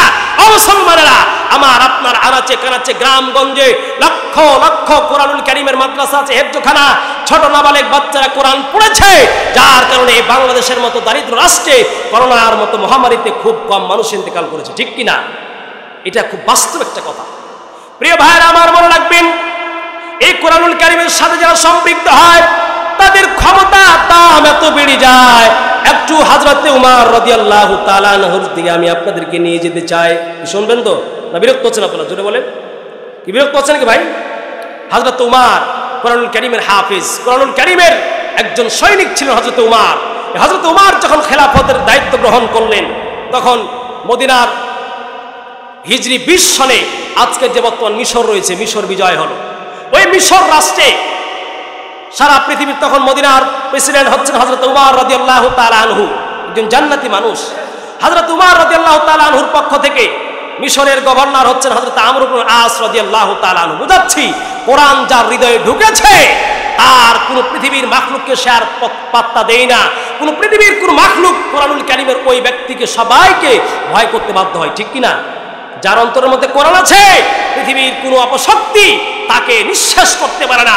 যার মধ্যে কোরআন আছে পৃথিবীর কোনো পরাশক্তি তাকে শেষ করে দিতে পারে না। তার বাস্তব প্রমাণ হযরত উমর খেলাফতের দায়িত্ব গ্রহণ করলেন। মিশরে একটা নীল নদী আছে, আপনারা জানেন? মিশর, উগান্ডা সহ প্রায় 5টি রাষ্ট্রের সাথে সম্পৃক্ত এই মিশরের নীল নদী। হযরত উমর রাদিয়াল্লাহু তাআলা আনহু মদিনার গভর্নর। মিশরের নীল নদীর পানি মাঝে মাঝে বন্ধ হয়ে যায়। ইসলাম মিশরে পৌঁছেছে রাসূল সাল্লাল্লাহু আলাইহি ওয়াসাল্লামের ইন্তেকালের পরে হযরত উমর রাদিয়াল্লাহু তাআলা আনহুর যুগে। তো মিশরের নীল নদের পানি বন্ধ হয়ে গেছে। এই যে দেখেন আমাদের এলাকায় যে আমরা জিন্দা নদী বলি, নদী আছে না, এখানে পানি সারা বছর বয়, আশপাশের মানুষেরা ওখান থেকে পানি সেচ দিয়ে জমিতে দেয়, ঠিক কিনা? তো ওই মিশরের চারপাশে এখনো দেখবেন উগান্ডায় প্রচুর পরিমাণ আঙ্গুর হয় এখনো বর্তমান। তো ওই মিশরের চারপাশে কৃষিকাজ, মিশরের পানি চলতেছে, নীল নদের পানি বন্ধ হয়ে গেল। বন্ধ হয়ে যাওয়া পানি এখন মানুষের অবাক হয়ে গেল, কি করে পানি জারি করা যায়, চালু করা যায়। তো সে সময়ের নিয়ম ছিল প্রত্যেক বছর যখন ইসলাম মিশরে পৌঁছে যায় তার আগে প্রত্যেক বছর একটা করে সুন্দরী নারীকে সাজগোজ করে ওই মিশরের নীল নদীতে নিক্ষেপ করে দিত, মানে যে আমরা বলি না বলি পাঠা দিতে হয়। এরপর মানুষের অবাক হয়ে গেল। আমরা শুনেছি মুহাম্মদ সাল্লাল্লাহু আলাইহি ওয়াসাল্লামের আদর্শে উজ্জীবিত একদল সাহাবী আমাদের এখানে এসে ইসলাম প্রচার করেছে। আমরা জানি কোরআনুল কারীমের মধ্যে এমন কিছু ক্ষমতা আছে, এই কোরআন দিয়ে যেখানে শাসন করা হবে সেখানে কোনো দুর্ভিক্ষ থাকবে না, সেখানে কোনো অন্যায় বিচার থাকবে না। তো চলো আমরা আমর ইবনে আসের কাছে একটু আরজি পেশ করি। হে বাদশাহ, আমাদের মিশরের নীল নদের পানি বন্ধ হয়ে গেল, আমরা তো আগে প্রত্যেক বছর একটা করে সুন্দরী নারীকে টাকা দিয়ে ক্রয় করে জোরপূর্বক তাকে আমরা ওই মিশরের নদীতে ফেলতাম, তাহলে আমাদের পানি প্রবাহিত হতো। হযরত আমর ইবনে আস রাদিয়াল্লাহু তাআলা অবাক হয়ে গেলেন, না, এটা হতে পারে না। যখন থেকে ইসলাম মিশরে পৌঁছেছে আর কোনো হিন্দুয়ানি কায়দা আর কোনো বৌদ্ধদের নিয়ম নীতি পৃথিবীতে থাকবে না। কোরআন দিয়ে দেখবে আমি তোমাদের জন্য এই মিশরের নীল নদে আবার পানি চালু করে দিব। হযরত আমর ইবনে আস রাদিয়াল্লাহু তাআলা গভীর মনোযোগ। হযরত উমর রাদিয়াল্লাহু তাআলা আজকের মিশর থেকে মদিনা হলো প্রায় ১৫০০ কিলোমিটার দূরে। হযরত আমর ইবনে আস মিশরের ওই মিশর থেকে মদিনায় চিঠি লিখলেন হযরত উমরের কাছে। হযরত উমরকে চিঠি লিখে বললেন, ইয়া আমিরুল মুমিনিন, হে হযরত উমর, ঘটনা ঘটেছে মিশরের নীল নদের পানি বন্ধ হয়ে গেছে। পানি চালু করতে মানুষেরা ওই আগের প্রাচীন জাহেলিয়াতের কায়দায় নারীকে নিক্ষেপ করতো, পানি চালু হয়ে যেত, কি করা যায়? ঘটনাটা শোনাচ্ছি।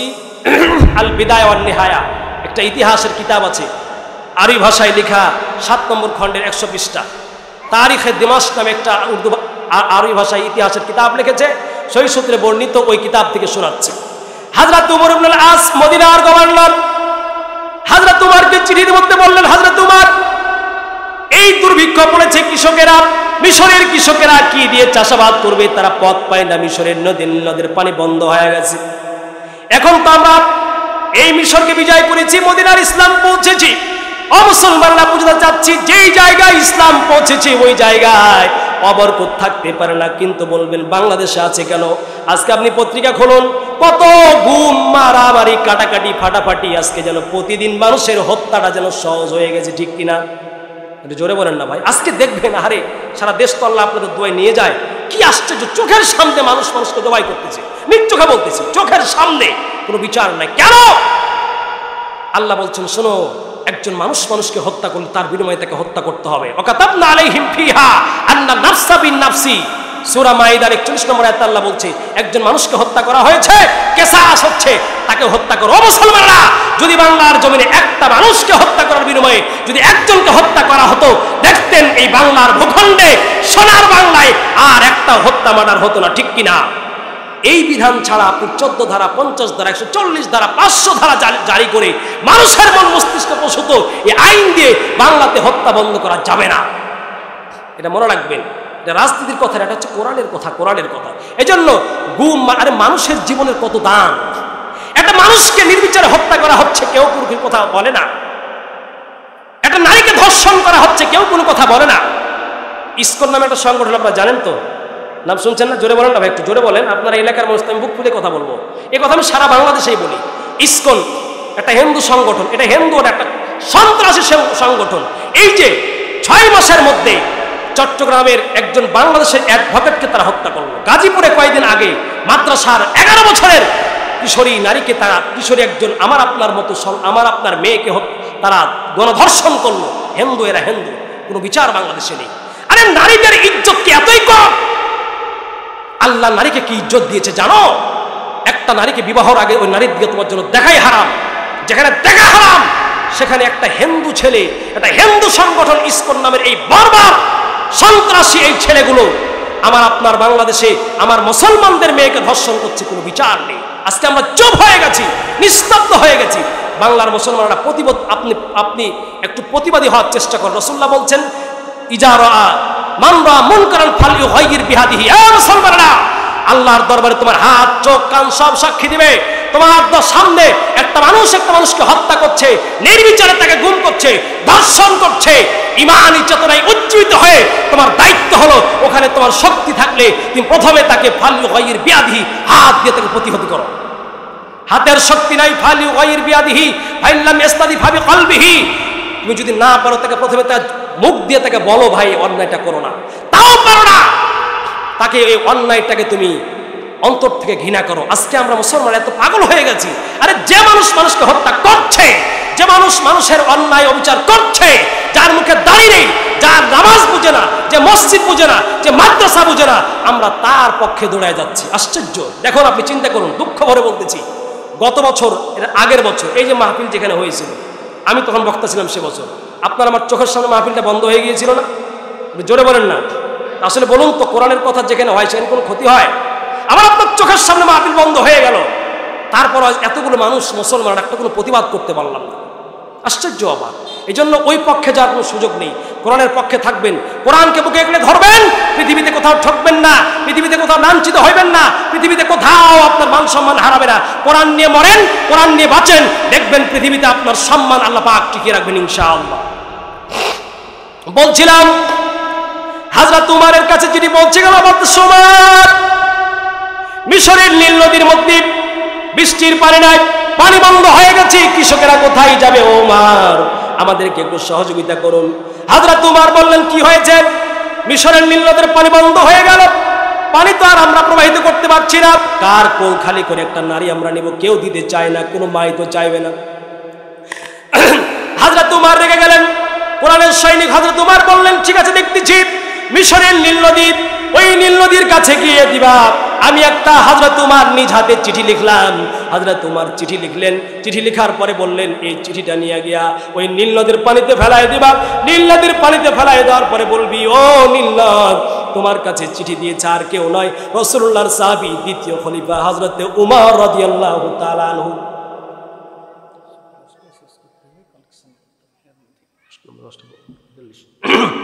হযরত উমর বললেন, কি আশ্চর্য, আপনি চিন্তা করুন, অবাক করা তথ্য না?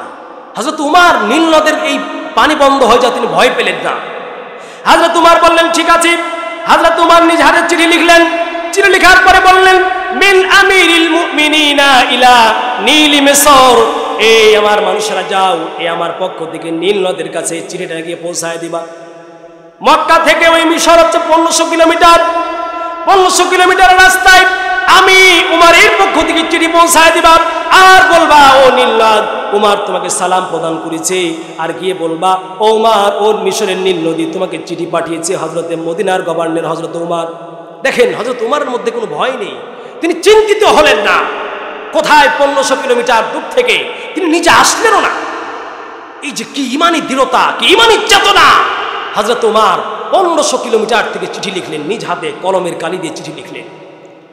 চিঠি লিখে পৌঁছায় দিলেন, যাও মিশরের নীল নদকে গিয়ে বলবা, মিন আমিরিল মুমিনিনা ইলা নীল মিসর, মদিনার গভর্নর হযরত উমরের পক্ষ থেকে মিশরের নীল নদীর প্রতি আমি চিঠি পাঠালাম।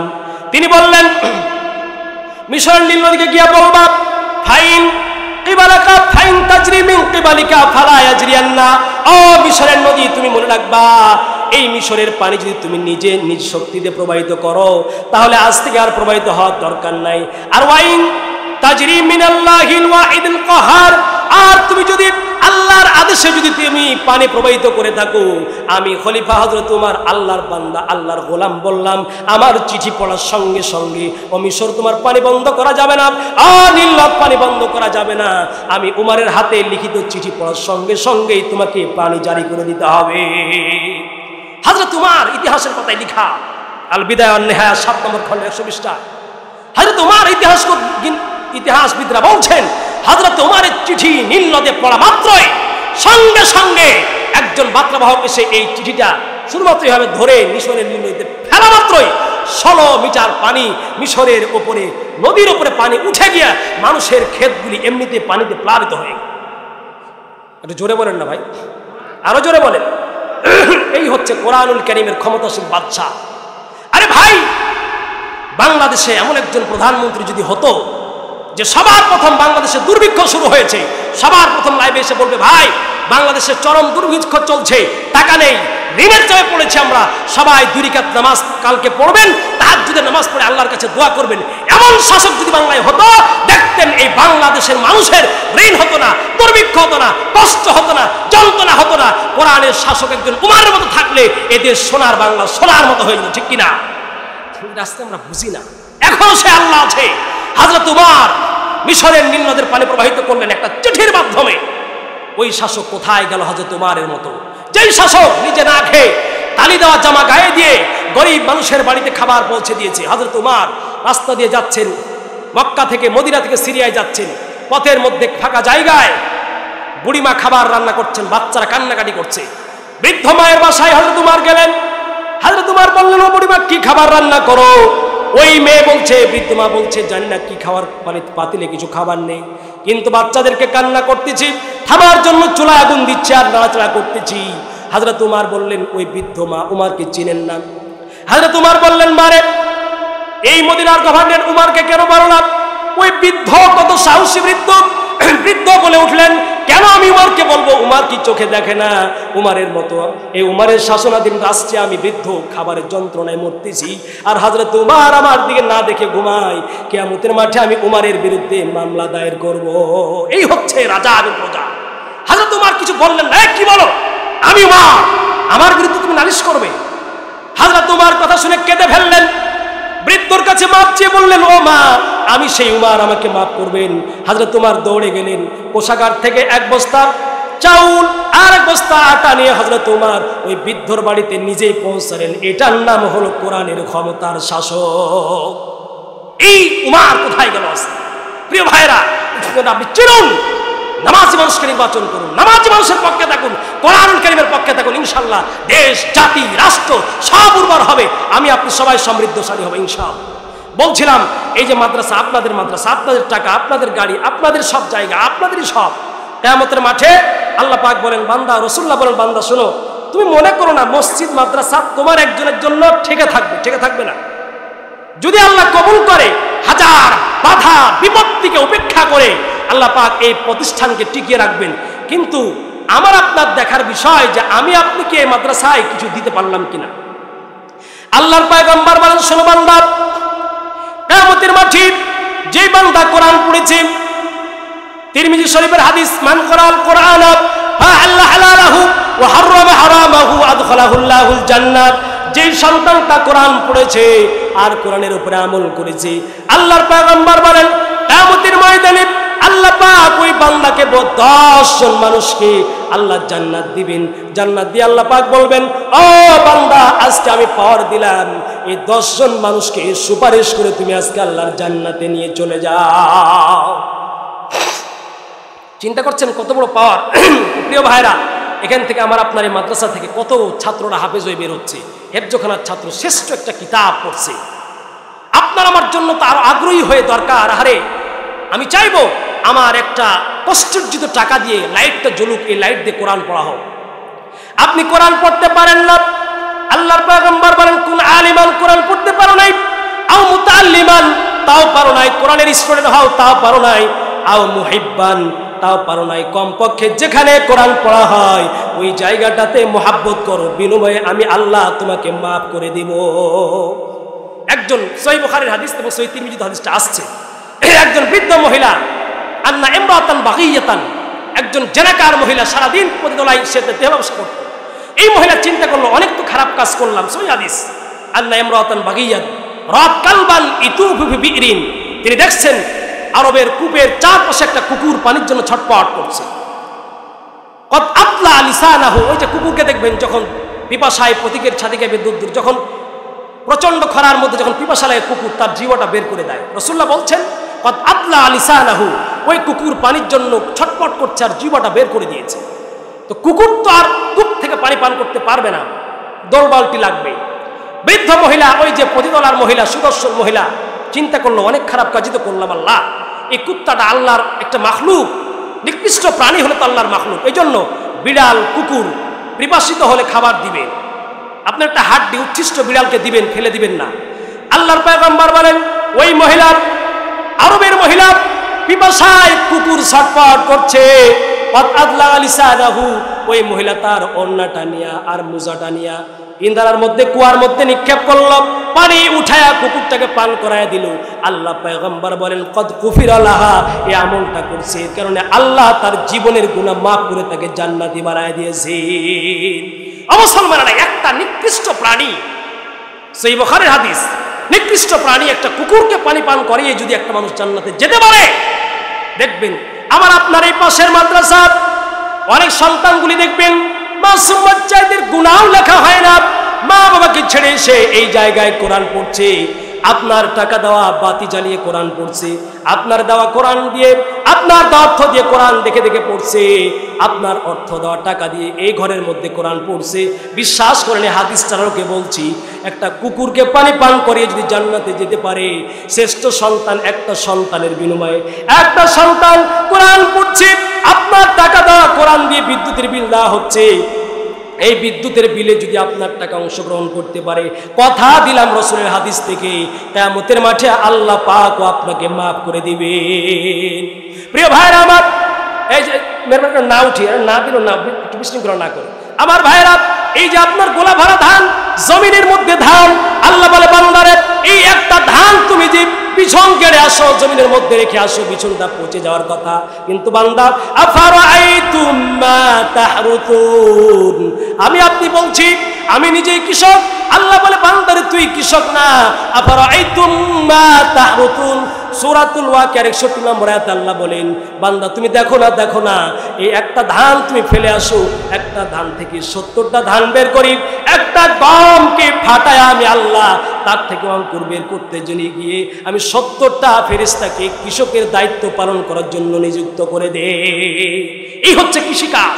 বলবেন না, ভাববেন না আমার কষ্ট অর্জিত সম্পদ আমার জমিতে ফলে, আমার সবকিছু করি, আমি বড় কৃষক না। আল্লাহ বলছেন বান্দারে ফালাউলা, বান্দারে আমি যদি ইচ্ছা করি এই জমিনের মধ্যে দেখো বান্দা কারেন্ট পোকা লাগায় সব ধানগুলো নষ্ট করতে পারি। আল্লাহ সূরা ওয়াকিয়ার মধ্যে বলছেন আফারাইতুম মা তাহরুতুন আনতুম তাজরাউনাহু আম নাহনুজ জারিউন লাউ নাশাউ লাজআলনাহু হুতামান ফাযালতুম তাফাক্কাহুন। আল্লাহ বলেন ফাযালতুম তাফাক্কাহুন, আমি যদি ইচ্ছা করি হুতামান খেয়ার কোটায় বানা দিতে পারি। দেখেন কারেন্ট পোকা লাগলে একবারে এমন খেয়ার হয়ে যায় যা গরুতেও খায় না। আল্লাহ বলে বান্দা আমি ইচ্ছা করলে এগুলো করে দিতে পারি, কিন্তু বান্দারে আমি আল্লাহ তোমার জন্য সম্পদ দিলাম, বিনিময়ে বললাম সব তুমি খাবা, আর এই সেচ দেওয়া আমার বৃষ্টির পানি দিয়ে তুমি সেচ দিয়ে এই ধান হচ্ছে 20 ভাগের 1 ভাগ আমি আল্লাহর রাস্তায় বান্দা তুমি দিতে বাধ্য।